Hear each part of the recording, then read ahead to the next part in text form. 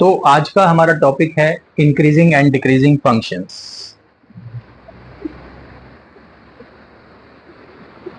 तो यहां पर कुछ लिखा हुआ है, इसको समझने की कोशिश करते हैं कि इंक्रीजिंग फंक्शन क्या होता है। तो हेडिंग डालिए इंक्रीजिंग फंक्शन और उसकी डेफिनेशन कॉपी कर लीजिए, फिर मैं आपको बताऊंगा कि इसका क्या मतलब होता है। केवल डेफिनेशन आपको कॉपी करनी है। अब देखें सब लोग बोर्ड की तरफ। Everyone look here. देखिए यहां पर एक फंक्शन है f x is equal to x square और एक इंटरवल है 1 से लेके 4 तक। इस इंटरवल का मतलब है कि हमें x की जगह जो वैल्यू रखनी है वो 1 से लेके 4 के बीच में कुछ भी वैल्यू हम रख सकते हैं। 1.1 भी रख सकते हैं, 2 भी रख सकते हैं, 3.9 भी रख सकते हैं, 4 भी रख सकते हैं, क्योंकि 4 पर स्क्वायर ब्रैकेट लगा है। इसको हम बोलते हैं क्लोज्ड इंटरवल। इसका मतलब 1 और 4 भी हम इसमें x की जगह रख सकते हैं। ठीक है।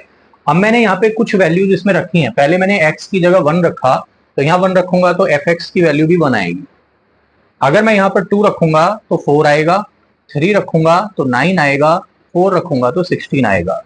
तो यहाँ पर हो क्या रहा है कि जैसे जैसे मैं x की वैल्यू को इंक्रीज कर रहा हूँ, x की value increase, as x increases तो एफ एक्स की वैल्यू भी इंक्रीज होती जा रही है। दिखाई दे रहा है आपको? x की वैल्यू इंक्रीज हो रही है, मतलब x जो है वो इंक्रीज हो रहा है अपवर्ड, तो जो फंक्शन की वैल्यू है वो भी इंक्रीज हो रही है। तो अगर ऐसा होता है कि x की इंक्रीजिंग वैल्यूज के साथ एफ एक्स की वैल्यू भी इंक्रीज होती है, तो उस फंक्शन को इंक्रीजिंग फंक्शन बोला जाता है। और उसका जो ग्राफ होता है वो नीचे से ऊपर की तरफ इस तरीके से चलता है, जैसा आप ये देख रहे हो, ये एक्स स्क्वायर का ही ग्राफ है। ठीक है। आप देख रहे हो जैसे जैसे एक्स की वैल्यू इंक्रीज हो रही है वैसे वैसे वाई की वैल्यू भी इंक्रीज हो रही है। आप सपोज आप इस पॉइंट को ले लो, अगर यहां पर एक्स की वैल्यू 1 है, इस पॉइंट को हम ले लेते हैं, यहां पर x की वैल्यू 1 है तो y की वैल्यू यानी एफ एक्स की वैल्यू भी 1 है। अगर हमने x की जगह 1 रखा तो फंक्शन की वैल्यू भी 1 आएगी। अब हम x की जगह 2 रखेंगे तो फंक्शन की वैल्यू क्या आएगी? 4 आएगी, यानी x की वैल्यू बढ़ी तो y की वैल्यू भी बढ़ गई, फंक्शन की वैल्यू भी बढ़ गई। तो सीधा सा रूल है, अगर x और y दोनों एक ही डायरेक्शन में बढ़ रहे हैं, यानी x बढ़ रहा है तो y भी बढ़ रहा है, तो उसको बोलते हैं इंक्रीजिंग फंक्शन।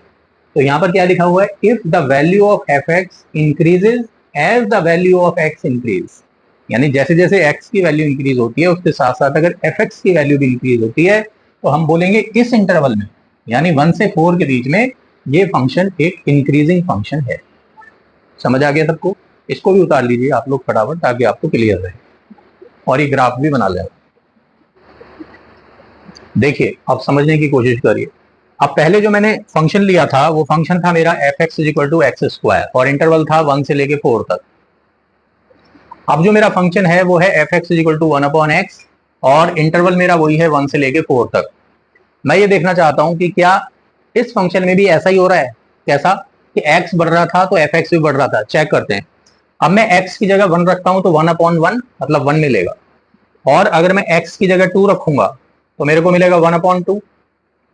अगर मैं 3 रखूंगा x की जगह तो 1 अपॉन 3 मिलेगी एफ एक्स की वैल्यू, 4 रखूंगा तो 1 अपॉन 4 मिलेगा। तो आप यहां पर क्या ऑब्जर्व कर रहे हो कि x की वैल्यू तो इंक्रीज हो रही है, लेकिन जैसे जैसे x की वैल्यू इंक्रीज हो रही है वैसे वैसे एफ एक्स की वैल्यू डिक्रीज हो रही है। तो 1/2 1 से छोटा होता है, 1/3 1/2 से छोटा होता है, 1/4 1/3 से छोटा होता है। तो यहां पर क्या हो रहा है? एफ एक्स इंक्रीज हो रहा है लेकिन फंक्शन की वैल्यू डिक्रीज हो रही है। तो जब ऐसा होता है, दोनों अपोजिट डायरेक्शन में चलते हैं कि x इंक्रीज होता है और एफ एक्स डिक्रीज होता है, तो उसको बोलते हैं हम डिक्रीजिंग फंक्शन। डेफिनेशन पढ़ेंगे तो if the value of f x decreases, value of f x decreases with as the value of x increase in the interval a b, जैसे जैसे x की वैल्यू इंक्रीज होती है उसके साथ साथ एफ एक्स की वैल्यू नीचे आती है, तो उस फंक्शन को बोला जाता है डिक्रीजिंग फंक्शन। समझ आ गया? ये एग्जांपल आपको समझ आ गया होगा। ठीक है। आप देखिए इसका जो ग्राफ होता है वो इस तरीके से देखो। इंक्रीजिंग फंक्शन का जो ग्राफ होता है वो नीचे से ऊपर की तरफ जाता है, नीचे से ऊपर की तरफ जाता है, और डिक्रीजिंग फंक्शन का जो होता है वो ऊपर से नीचे की तरफ आता है। ठीक है। तो आप मुझे बता सकते हो कोई मुझे कि इंक्रीजिंग फंक्शन क्या होता है? बताओ।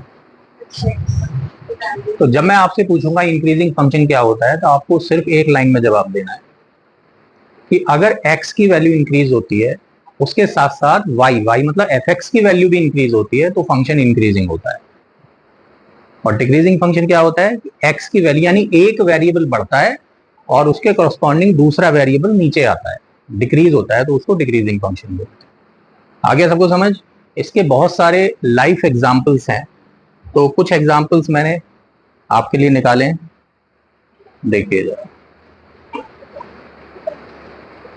इंक्रीजिंग फंक्शन, अब मैं आपसे पूछूंगा, इसका पहला वेरिएबल है जैसे जैसे पढ़ाई का टाइम बढ़ता है, यानी जितनी ज्यादा आप पढ़ाई करते हो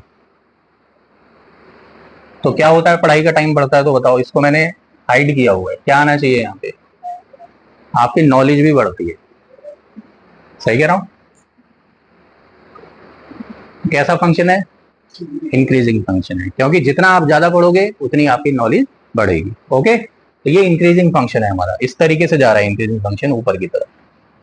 ये एग्जाम्पल है इंक्रीजिंग फंक्शन का, y is equal to 2x+1। जैसे जैसे आप x की वैल्यू इसमें बढ़ाते जाओगे, सपोज इंटरवल ले लो आप 0 से लेके 5 तक, जैसे जैसे x की वैल्यू बढ़ेगी वैसे वैसे y की वैल्यू भी बढ़ेगी। आगे समझ। और दूसरा डिक्रीजिंग फंक्शन का एग्जाम्पल है, जैसे जैसे संडे की छुट्टी खत्म होने का टाइम बढ़ता है, संडे की छुट्टी खत्म होने का, तो क्या होता है वैसे, बताओ क्या होता है, खुशी घटती है। क्या घटती है, खुशी घटती है। जब संडे आ रहा होता है तो बड़ी खुशी होती है कि कल छुट्टी है, स्कूल नहीं जाना पड़ेगा, कोचिंग नहीं जाना पड़ेगा। और जैसे जैसे संडे की छुट्टी का टाइम खत्म होता है वैसे वैसे खुशी तुम्हारी घटती चली जाती है, यानी एक वेरिएबल बढ़ता है और खुशी घटती है, तो ये डिक्रीजिंग फंक्शन हो गया। कुछ के साथ ऐसा नहीं होता है, एक्सेप्शन हर जगह होते हैं। तो ये इंक्रीजिंग फंक्शन हो गया और ये डिक्रीजिंग फंक्शन हो गया। मैं एक कॉमन आदमी की बात कर रहा हूँ। ओके, समझ आ गया सबको? तो ये रियल लाइफ एग्जाम्पल है और बहुत सारे एग्जाम्पल्स हैं। तो ये तो आपको समझ आ गया कि इंक्रीजिंग फंक्शन होता क्या है और डिक्रीजिंग फंक्शन क्या होता है। आगे समझ में, अगर दोनों वेरिएबल x और y एक ही डायरेक्शन में जा रहे हैं तो इंक्रीजिंग, और दोनों अपोजिट डायरेक्शन में जा रहे हैं तो डिक्रीजिंग। अब प्रश्न ये है, एग्जाम में जो क्वेश्चन आएगा उसमें आपको एक फंक्शन दिया होगा, इस टाइप का फंक्शन या इस टाइप का फंक्शन दिया होगा, और एक आपको इंटरवल दिया होगा 1 से लेके 4 तक, ठीक है। और आपसे पूछेगा कि वो जो फंक्शन है वो उस इंटरवल में इंक्रीजिंग है या डिक्रीजिंग है। बस इतना क्वेश्चन होगा हर क्वेश्चन में, पूरे चैप्टर में यही पूछा जाएगा। एक फंक्शन दिया होगा और एक इंटरवल दिया होगा, आपसे कहेगा कि हमारा फंक्शन इंक्रीजिंग है या डिक्रीजिंग है। देखिए गिवन क्या होगा हर क्वेश्चन में, अब function y is equal to f x, एक फंक्शन दिया होगा और एक इंटरवल दिया होगा a से लेके b तक। हर क्वेश्चन की यही कहानी होगी। टू फाइंड, क्या निकालना होगा, whether the function y is equal to fx is increasing or decreasing in the given interval। जो इंटरवल मुझे दिया हुआ है ये, इस इंटरवल में फंक्शन इंक्रीजिंग है या डिक्रीजिंग है। तो हम जो फंक्शन का इंक्रीजिंग या डिक्रीजिंग चेक करेंगे वो इसी इंटरवल में चेक करेंगे, इससे बाहर नहीं जाएंगे, ठीक है।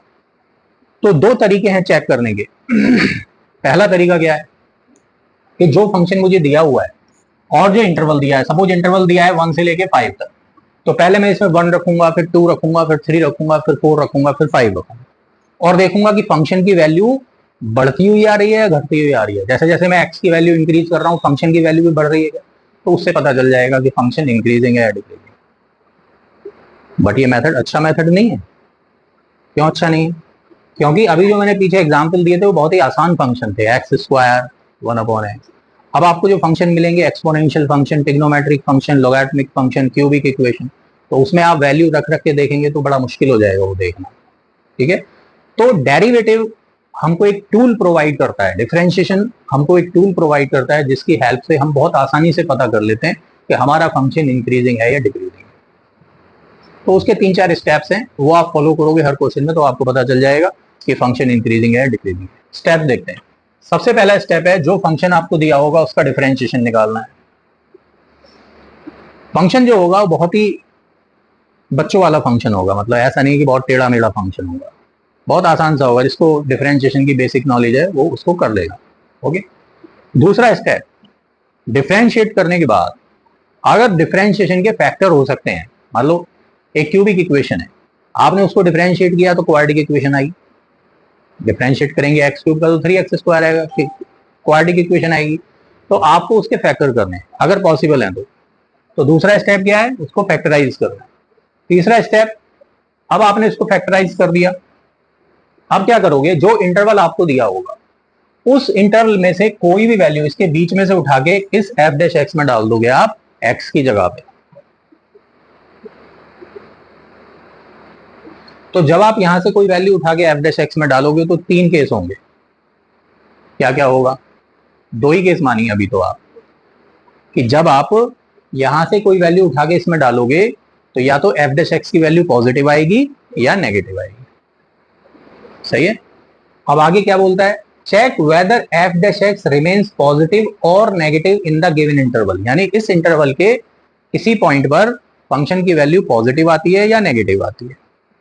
If F dash x is positive, अगर हमारा डिफरेंशिएशन पॉजिटिव आता है इस इंटरवल के किसी पॉइंट पर तो हम बोलेंगे कि फंक्शन इंक्रीजिंग है, और अगर हमारा एफ डैश एक्स नेगेटिव आता है इस इंटरवल में तो हम बोलेंगे फंक्शन डिक्रीज।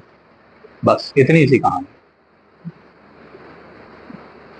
फंक्शन का इंक्रीजिंग या डिक्रीजिंग होना उसके डेरिवेटिव के साइन पर डिपेंड करेगा। अगर उसका डेरिवेटिव पॉजिटिव आएगा तो फंक्शन इंक्रीजिंग होगा, अगर फंक्शन का डेरिवेटिव नेगेटिव आएगा तो फंक्शन डिक्रीजिंग होगा। आ गया समझ? उतार लीजिए पूरा जो भी लिखा हुआ है। देखिए सब लोग इधर, फंक्शन है मेरा f x is equal to sine x, ठीक है, और इंटरवल है मेरा 0 से लेके π/2 तक। I have to check whether this function is increasing और डिक्रीजिंग। सही है, क्या मालूम करना है मेरे को, फंक्शन इंक्रीजिंग है या डिक्रीजिंग है। सबसे पहला स्टेप क्या बताया मैंने, फंक्शन का डिफरेंशिएशन करेंगे, एफ डैश एक्स निकालेंगे तो वो आ जाएगा cos x, सबको मालूम है।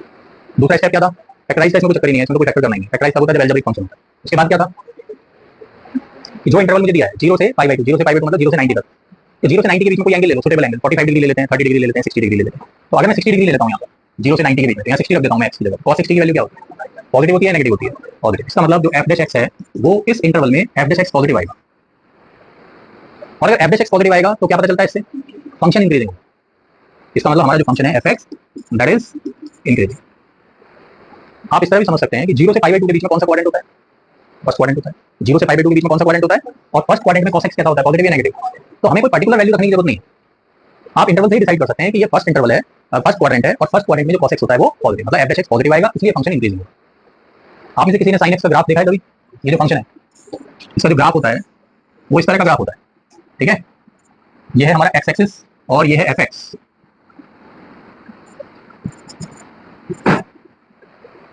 अगर मैं इसमें 0 रखता हूं, sin 0 की वैल्यू 0 आती है, और अगर π/2 रखता हूं तो sin π/2 की वैल्यू आती है 1, और अगर पाई रखता हूं तो sin पाई की वैल्यू 0 आती है। तो इस तरीके से ग्राफ जाता है हमारा।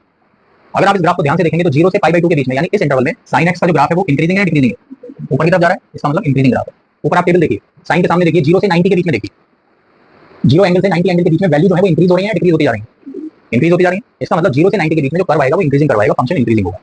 अब इसी क्वेश्चन में मैं क्या करता हूं, इंटरवल चेंज कर देता हूं। अब मैं कर देता हूं π/2 से लेके पाई तक, फंक्शन मेरा वही है। तो आप मुझे बताइए π/2 से पाई के बीच में कौन सा इंटरवल होता है, ये 0 होता है, ये π/2 होता है या पाई होता है। तो π/2 से लेके पाई के बीच में सेकंड क्वाड्रेंट होगा, कौन सा क्वाड्रेंट होगा, और सेकंड क्वाड्रेंट में cos कैसा होता है, नेगेटिव होता है। इसका मतलब f डैश x कैसा आएगा, नेगेटिव आएगा, और अगर f डैश x नेगेटिव आएगा तो फंक्शन कैसा होगा, डिक्रीजिंग होगा। तो आपने देखा कि इंटरवल का क्या रोल है, एक इंटरवल में फंक्शन इंक्रीजिंग होगा और वही फंक्शन दूसरे इंटरवल में डिक्रीजिंग हो सकता है।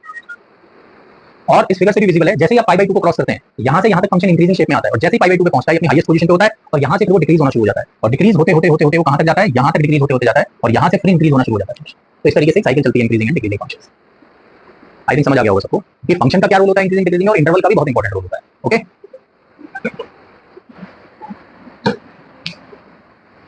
फंक्शन है मेरा log sin x, लिख लो सब लोग,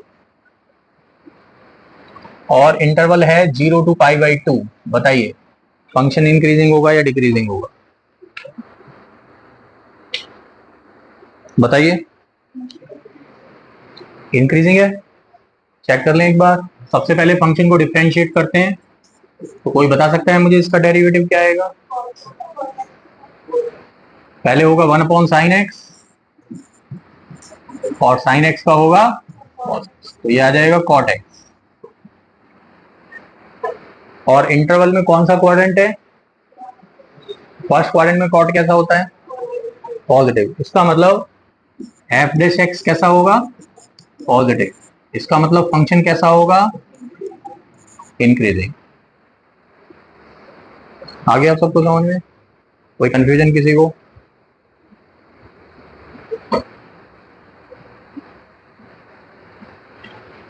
अब एग्जाम में जो क्वेश्चंस आते हैं ज्यादातर इस टॉपिक से,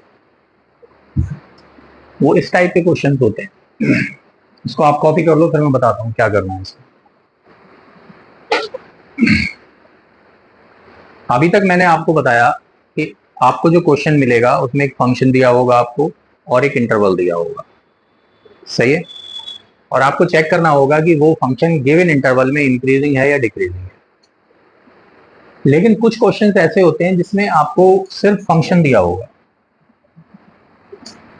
ये फंक्शन आपको दिया होगा और इंटरवल नहीं दिया होगा, इंटरवल आपको खुद बनाना होगा और ये बताना होगा, डिफरेंट इंटरवल्स बनाने होंगे कि किस इंटरवल में हमारा फंक्शन इंक्रीजिंग है, किसमें डिक्रीजिंग है, किसमें स्ट्रिक्टली इंक्रीजिंग है और किसमें स्ट्रिक्टली डिक्रीजिंग है। तो ये क्या कॉन्सेप्ट है इंक्रीजिंग, स्ट्रिक्टली इंक्रीजिंग, डिक्रीजिंग या स्ट्रिक्टली डिक्रीजिंग का, ये हम समझेंगे, ठीक है। तो सबसे पहले हमें क्या करना है, फंक्शन को डिफरेंशिएट करना है। ध्यान से देखिए, अगर मैं इसको डिफरेंशिएट करूंगा तो कोई बता सकता है इसका डेरिवेटिव क्या आएगा? 6x²।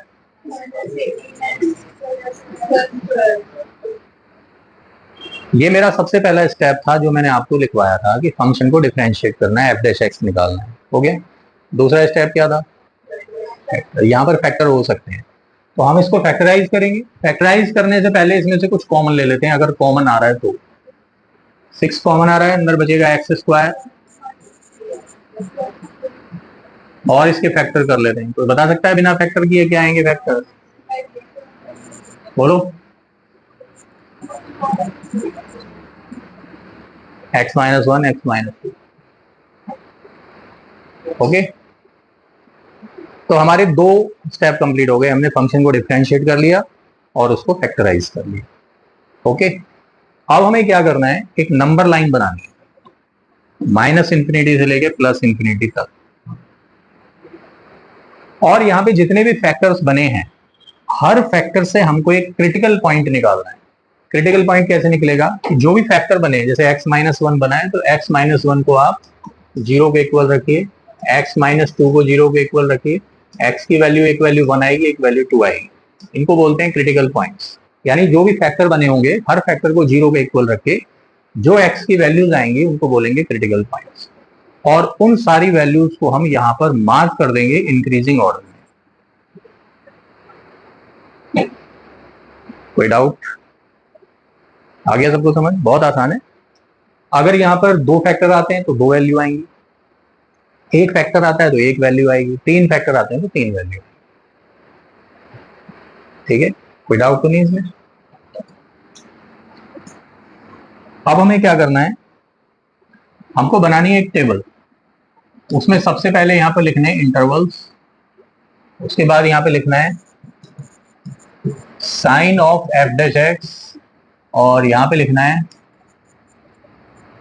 Nature of f(x).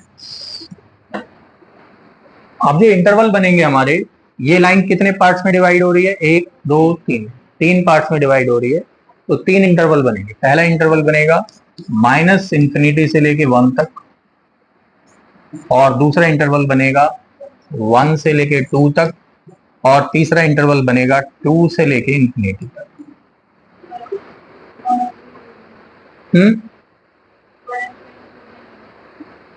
क्या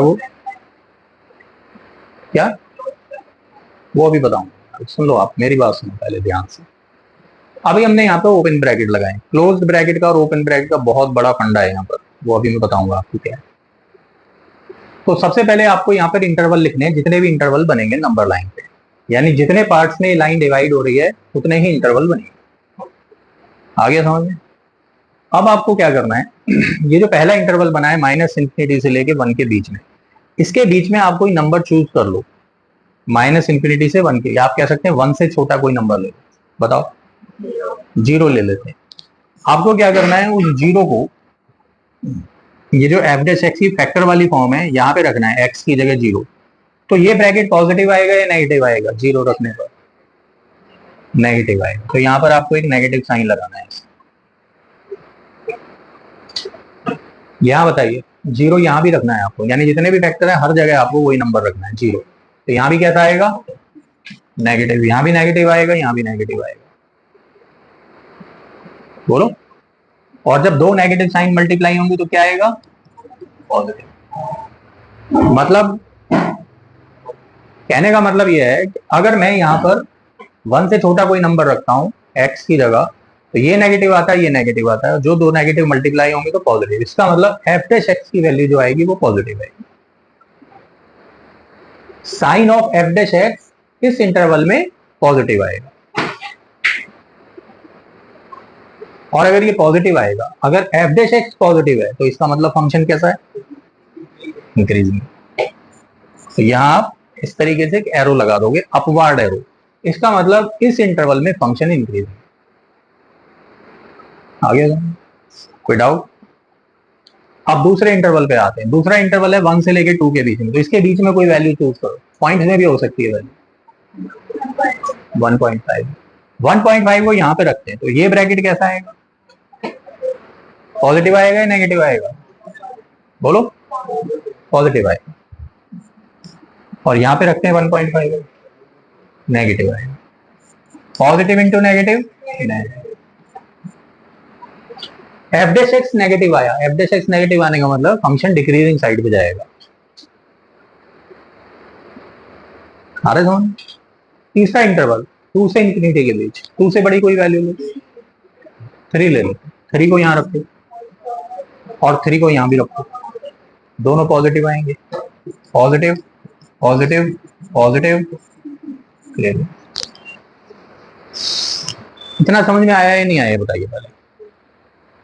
तो अगर ऐसा कोई क्वेश्चन आता है जिसमें आपको इंटरवल ना दिया हो, क्वेश्चन में इंटरवल आपको खुद बनाना हो, तो इस तरह की एक टेबल उसमें आपको बनानी है क्वेश्चन।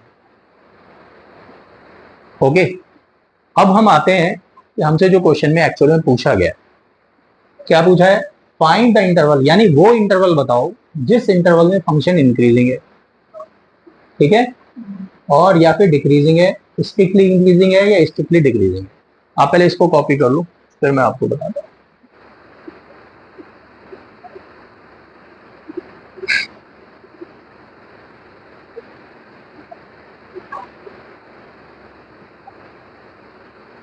लिख लिया सबने? अब आप समझो, सबसे इंपॉर्टेंट चीज अब आपको समझनी है।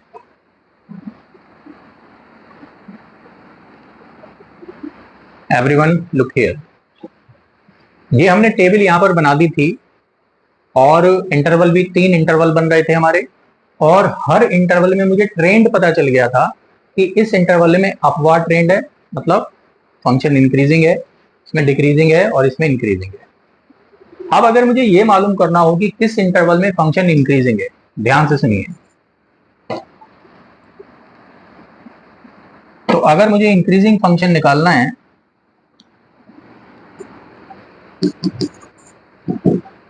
तो इंक्रीजिंग के लिए आप बताओगे किस किस में अपवार्ड एरो है। माइनस इंफिनिटी से लेके 1 तक एक तो इसमें अपवार्ड एरो है, और एक इसमें है 2 से लेके इंफिनिटी तक। अभी मैंने ब्रैकेट्स नहीं लगाए यहाँ पर। ब्रैकेट्स का ही सबसे बड़ा खेल है कि ब्रैकेट किस तरह के लगेंगे यहाँ पर और कब लगेंगे। सबसे पहले तो ये देखिए कि इंक्रीजिंग अगर मैं डिसाइड कर रहा हूं, तो इसमें जो भी इंफिनिटी या माइनस इंफिनिटी जहां भी आपको नजर आ रहा है, वहां पर हमेशा हर कंडीशन में, चाहे वो इंक्रीजिंग हो, स्ट्रिक्टली इंक्रीजिंग हो, डिक्रीजिंग हो या स्ट्रिक्टली डिक्रीजिंग हो, इंफिनिटी पे या माइनस इंफिनिटी पे हमेशा ओपन इंटरवल राउंड ब्रैकेट बनेगा। समझ आ गया?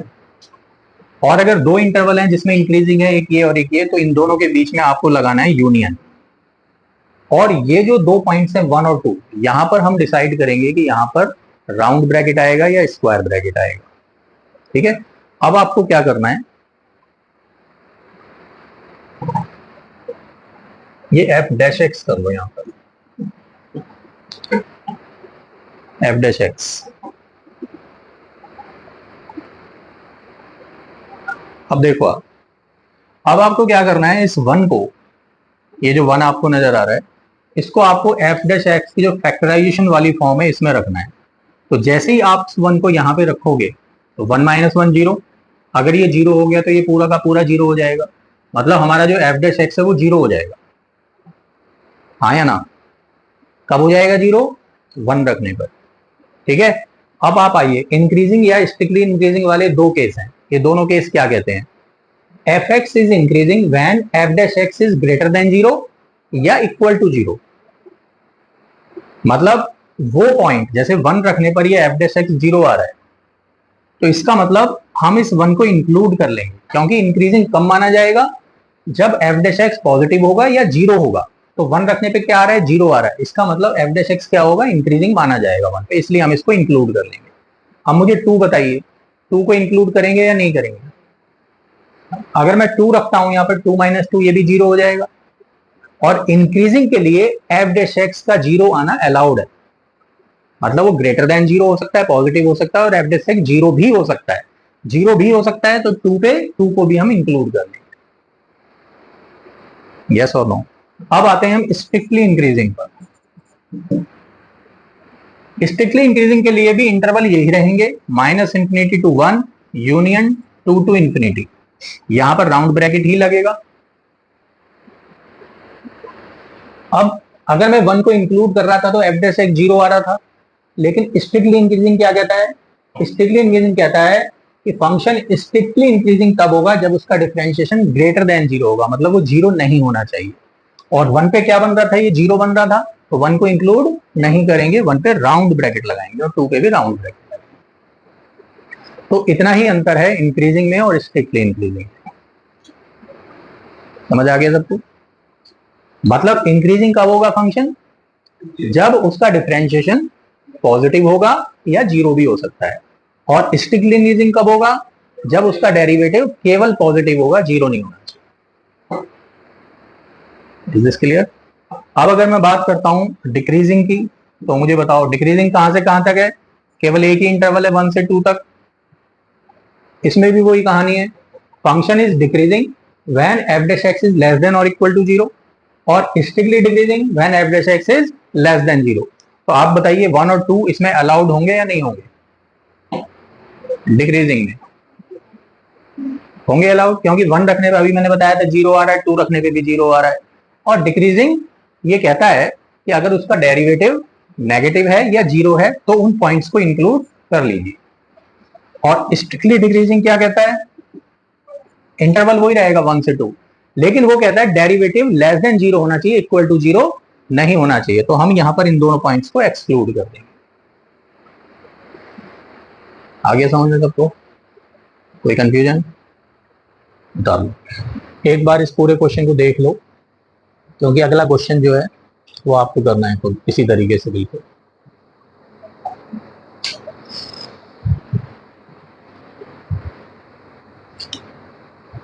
सबसे पहले क्या करना था इस क्वेश्चन में?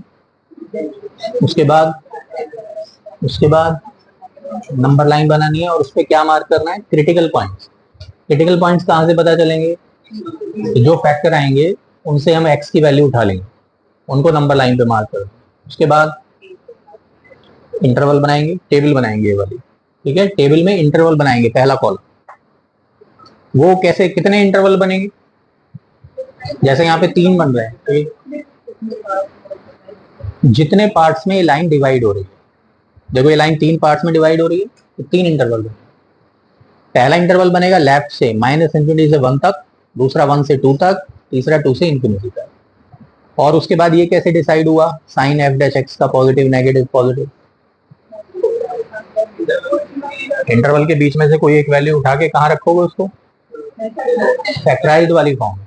और ध्यान से देखोगे कि वो पॉजिटिव वैल्यू आ रही है नेगेटिव एफ डैश एक्स की, फाइनली मतलब मल्टीप्लाई करने के बाद उससे डिसाइड होगा कि हमारा अपवर्ड ट्रेंड है या डाउनवर्ड ट्रेंड है।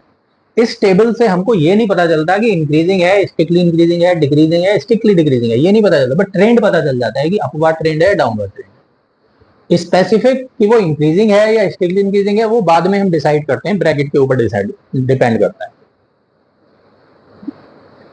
क्लियर है सबको? दो अगला क्वेश्चन आपको करना है क्या? अगर आपसे पूछना है इंक्रीजिंग किसमें, तो आप बताओ वहां से वहां जो पहला इंटरवल मैंने लिखा है इसमें इंक्रीजिंग है, इसमें स्ट्रिक्टली इंक्रीजिंग है, इसमें डिक्रीजिंग है, इसमें स्ट्रिक्टली डिक्रीजिंग है। आगे सेम है, कुछ डिफरेंस है पहले वाले? क्या डिफरेंस है बताओ? करो करो सब लोग करो फटाफट।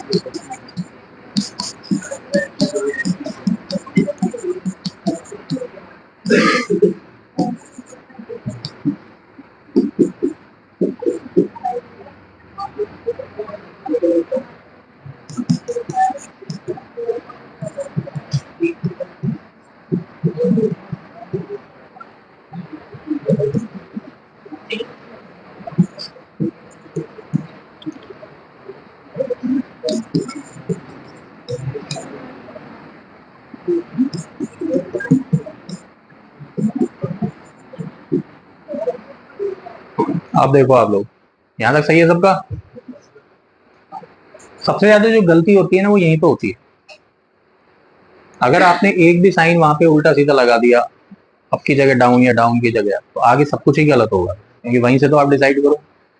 अब क्या करते हैं, -2 से छोटी कोई वैल्यू बताओ। -3, -3 यहाँ पे रखोगे तो ये नेगेटिव, ये भी नेगेटिव, दोनों नेगेटिव, और दो नेगेटिव का प्रोडक्ट पॉजिटिव। अब -2 से -1 के बीच में कोई वैल्यू लेंगे, -2.1 ले लेते हैं, सही है? ले लें, लिया कुछ लोगों ने, इसलिए मैंने -2 से -1 के बीच में वैल्यू क्या आएगी, -1.5। कन्वीनियंट वैल्यू लो ना, जरूरी थोड़ी है -1 पॉइंट लाना, आप इसके बीच कोई भी वैल्यू ले सकते हो जो मोस्ट कन्वीनियंट हो तुम्हारे लिए। -1.1 भी ले सकते हो, -1.9 भी ले सकते हो, -1.5 भी ले सकते हो। तो -1.5 ले लेते हैं, यहां रखेंगे -1.5, कैसा आएगा, नेगेटिव आएगा। और यहां रखेंगे -1.5, पॉजिटिव आएगा। नेगेटिव इंटू पॉजिटिव नेगेटिव आएगा। आ रहे तुम? अब -1 से बड़ी कोई वैल्यू लो, 0 ले लेते हैं, 0 ले लो, 1 ले लो, 2 ले लो, 5 ले लो, 1000 ले लो, कुछ भी ले लो, साइन हो जाएगा। बस -1 से बड़ी वैल्यू 0 ले लेते हैं, 0 यहां रखेंगे तो ये ब्रैकेट पॉजिटिव, ये भी पॉजिटिव, तो ये अप आएगा, ये डाउन आएगा, और ये अप आएगा। सारे साइन एक जैसे बहुत रेयरली आते हैं, रेयर सिचुएशन में। अगर सारे साइन एक जैसे आ रहे हैं तो आप रुक जाओ, देख लो एक बार कहीं कोई गलती तो नहीं होगी। ओके, तो वो लोग हाथ उठाओ जिनका पहले अटेम्प्ट में बिल्कुल सही आए थे, ऑनेस्टली। ओके, चलो कोई बात नहीं, जिसने ऑनेस्टली हाथ उठाया उनका भी भला। चलो आगे देखते हैं। अब हमें डिसाइड करना है इंक्रीजिंग के लिए, और उसके बाद स्ट्रिक्टली इंक्रीजिंग के लिए, डिक्रीजिंग के लिए, और स्ट्रिक्टली डिक्रीजिंग के लिए।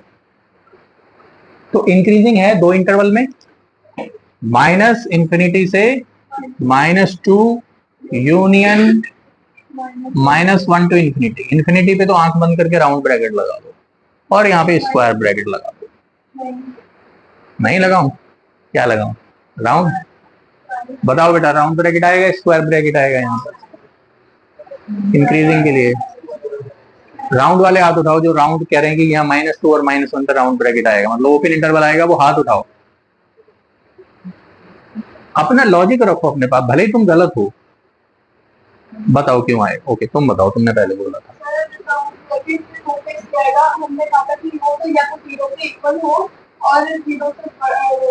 पॉजिटिव हो, f' या तो पॉजिटिव हो या 0 हो, तो कैसा ब्रैकेट आता है? स्क्वायर। स्क्वायर आता है या राउंड आता है? स्क्वायर। तो अगर तुम -2 रखोगे यहाँ पर, जैसे ही -2 रखोगे ये 0 हो जाएगा। और अगर f' 0 आ गया तो जीरो तो अलाउड होता है ना इंक्रीजिंग में, हम इंक्रीजिंग की बात कर रहे हैं, तो इसलिए स्क्वायर ब्रैकेट आएगा। बेटा अगर यहाँ पे जीरो आ गया तो ये पूरा ही जीरो हो गया ना, फिर देखना क्या है, एक चीज जीरो होगी तो मल्टीप्लाई में पूरा ही जीरो हो गया। समझ गए मेरी बात? और जैसे तुम -1 रखोगे तो ये जीरो हो जाएगा, ये जीरो हुआ तो फिर से पूरा जीरो हो जाएगा। सही है? और स्ट्रिक्टली डिक्रीजिंग में क्या होगा?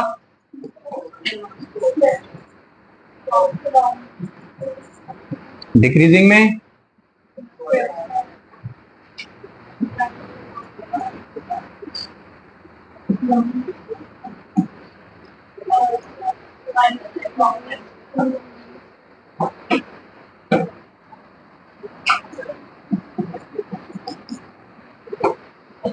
अब मेरी एक बात सुन लीजिए आप लोग, बहुत ध्यान से सुनना।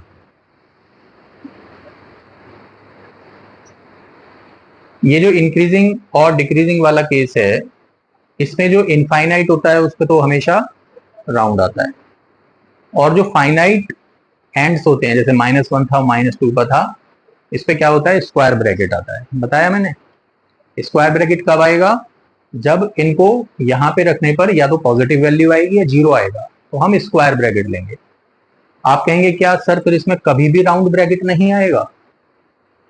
आपके दिमाग में क्वेश्चन आएगा कि क्या इंक्रीजिंग में और डिक्रीजिंग में क्या कभी भी राउंड ब्रैकेट नहीं आएगा? आ सकता है, इसमें भी राउंड ब्रैकेट आ सकता है। वो कब आएगा? जब इसके एंड पॉइंट्स को एफ डैश एक्स में रखने पर एफ डैश एक्स इंफिनिटी हो जाए। क्या हो जाए? इंफिनिटी हो जाए value of f dash x की, तो फिर यहां भी राउंड आएगा।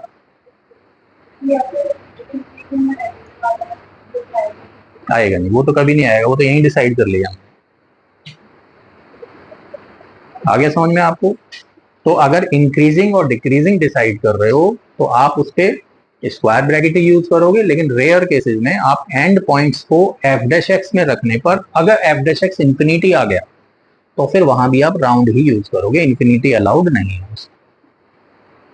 इंफिनिटी आएगा कब? इंफिनिटी तब आएगा जब आपका फंक्शन ऐसा होगा जिसके डिनोमिनेटर में भी एक्स दिया होगा, जिसमें हम क्वेश्चन टूल लगाएंगे और क्वेश्चन टूल लगाने पे डिनोमिनेटर में भी एक्स आएगा, वहां पर ये सिचुएशन अराइज होगी।